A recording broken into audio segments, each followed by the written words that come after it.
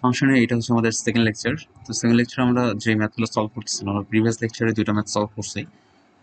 এই ম্যাথটা হচ্ছে 5 নাম্বার যে ম্যাথটা আছে সেটা হচ্ছে আমাদের বলছে যে রিয়েল নাম্বার সেট আর আমাদের রিয়েল নাম্বার যেটা আমরা ডিফাইন করি। তো এ হচ্ছে -3 -1 0 1 3। তো F is defined as A to R, মানে আমাদের এ হচ্ছে ডোমেন সেট আর রেঞ্জ সেটটা হচ্ছে আমাদের আর সেটে থাকবে বা রিয়েল নাম্বার সেটে থাকবে। তো আমাদের এফ এক্স সেটটা মানে আমাদের যে ফাংশনটা আছে সেটা হচ্ছে x square plus x plus 1। Then what is the range? তো আমাদের রেঞ্জটা বের করতে হবে। তো রেঞ্জ বের করার জন্য আমাদের যেটা করতে হবে সেটা হচ্ছে এফ এর এক্স এর জায়গাটায় আমাদের -3 -1 এই ভ্যালুগুলোকে ইনপুট করতে হবে। তো ইনপুট করে আমরা এই ভ্যালুগুলো পাচ্ছি। আমরা যে ভ্যালুগুলো পাচ্ছি সেটা কিন্তু আমাদের হচ্ছে রেঞ্জ। তো এখানে দেখো যে 1 1 কিন্তু দুইবার আছে। তো আমরা যখন কোনো কিছু দুইবার থাকে তখন সেটাকে দুইবার না লিখে একবার লিখি সেটের ক্ষেত্রে।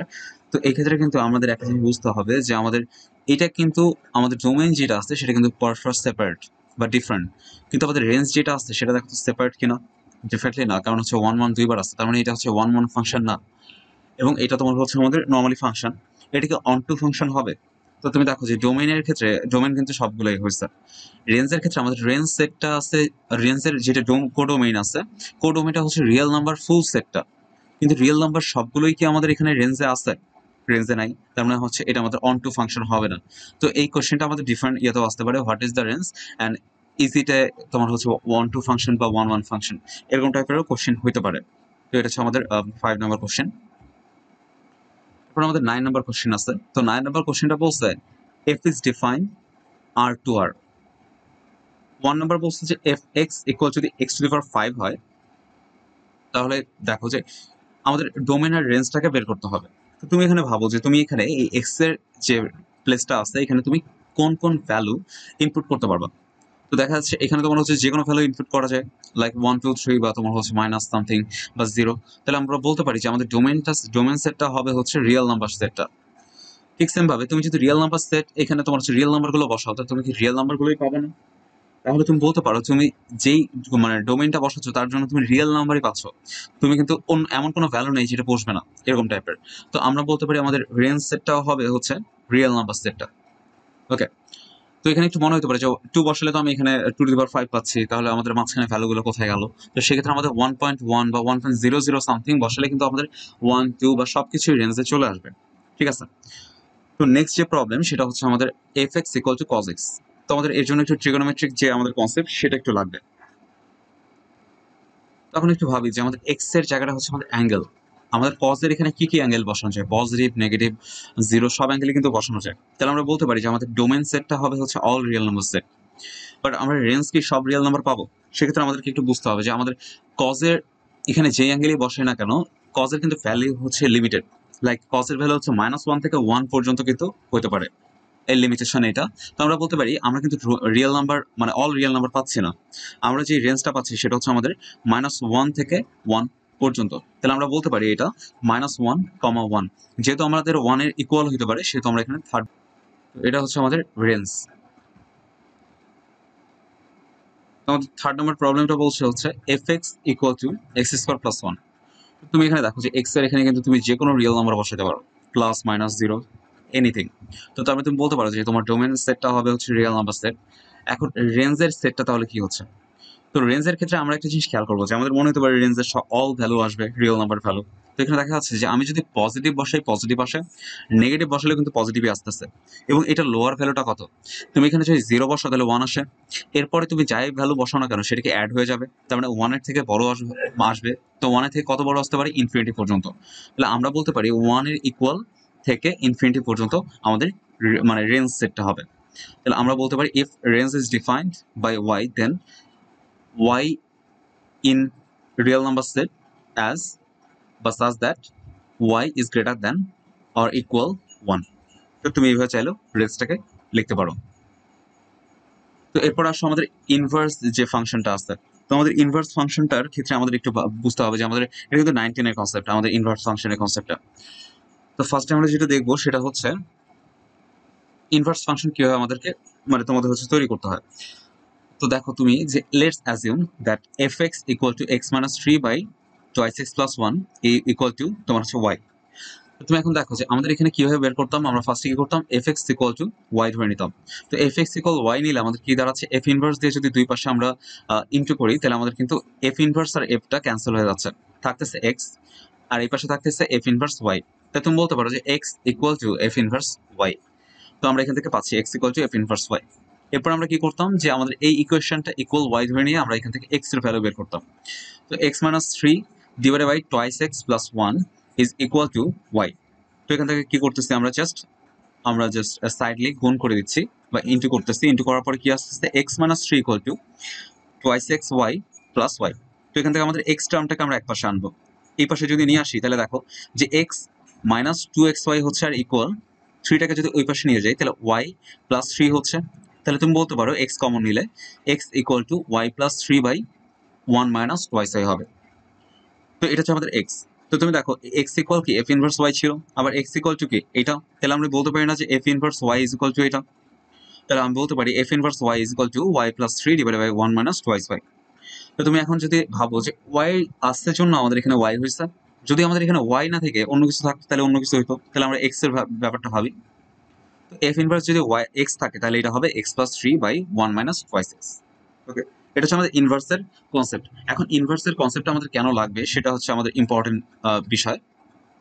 সেটা হচ্ছে তোমার দেখো তোমার এখানে কি বলছে যে function f is denoted by x to y where x and y are real number set.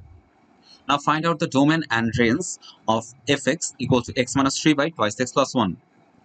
তুমি এখন দেখো যে ডোমেন এর ক্ষেত্রে তুমি জানো যে যা বসাইতে পারো তাই হচ্ছে তোমার ডোমেন।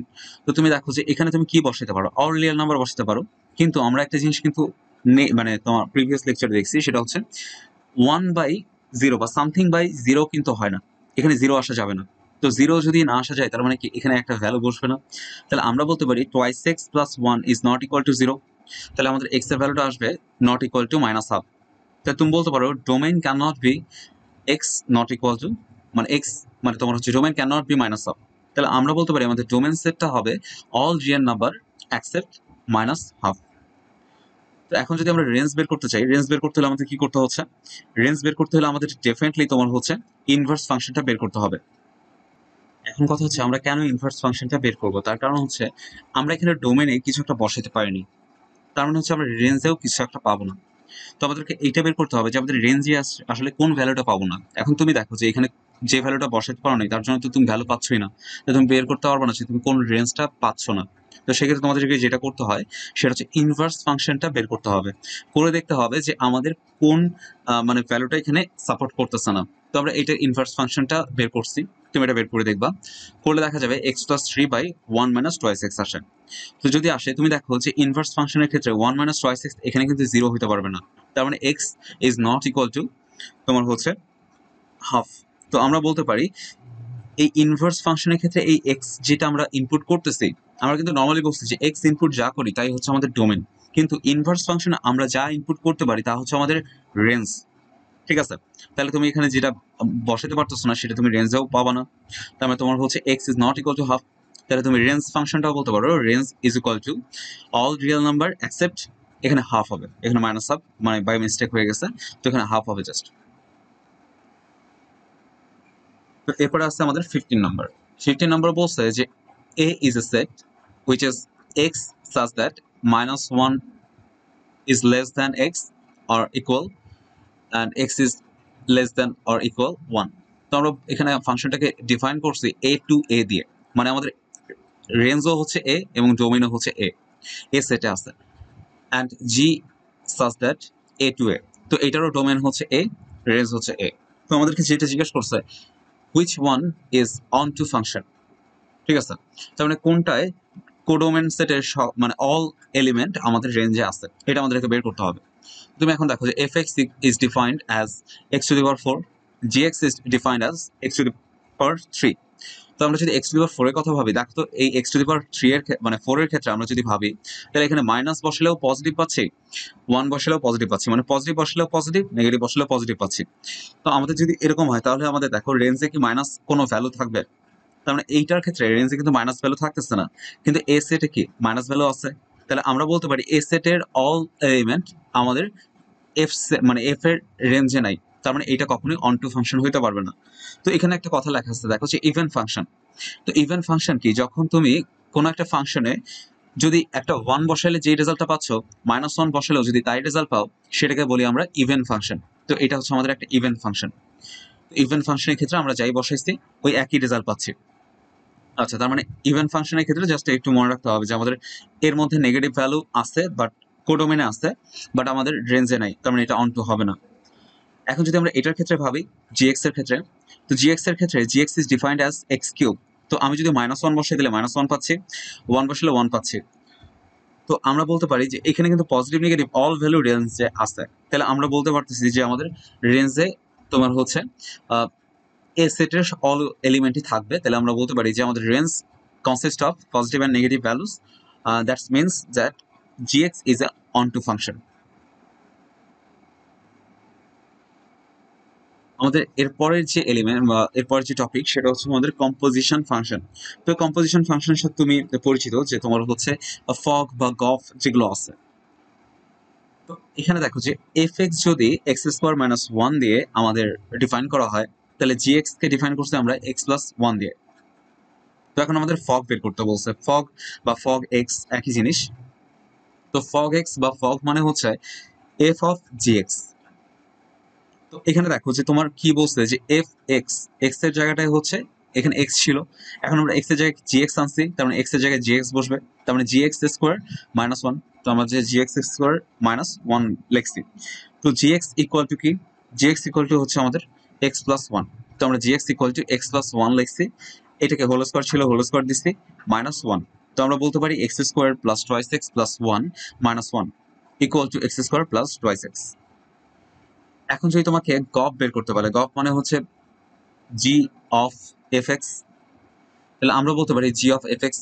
তো এখানে আমাদের এক্স যখন ছিল জি এক্স এর, তখন এক্স প্লাস ওয়ান ছিল, মানে এক্স এর জায়গায় এক্স ছিল। এখন আমরা এই জায়গাটা কি এফ এক্স বসাচ্ছি, তাহলে আমরা কি করবো, এক্স এর জায়গায় এফ এক্স প্লাস ওয়ান দিব। তাহলে এফ এক্স এর ভ্যালুটা হচ্ছে এক্স স্কোয়ার মাইনাস ওয়ান। তো আমরা x square minus one plus one তো আমাদের এখানে নর্মালি ছিল, তো আমরা এটা বলতে পারি এক্স স্কোয়ার আসবে হচ্ছে আমাদের গফের ভ্যালু। এটা হচ্ছে আমাদের কম্পোজিশন ফাংশন।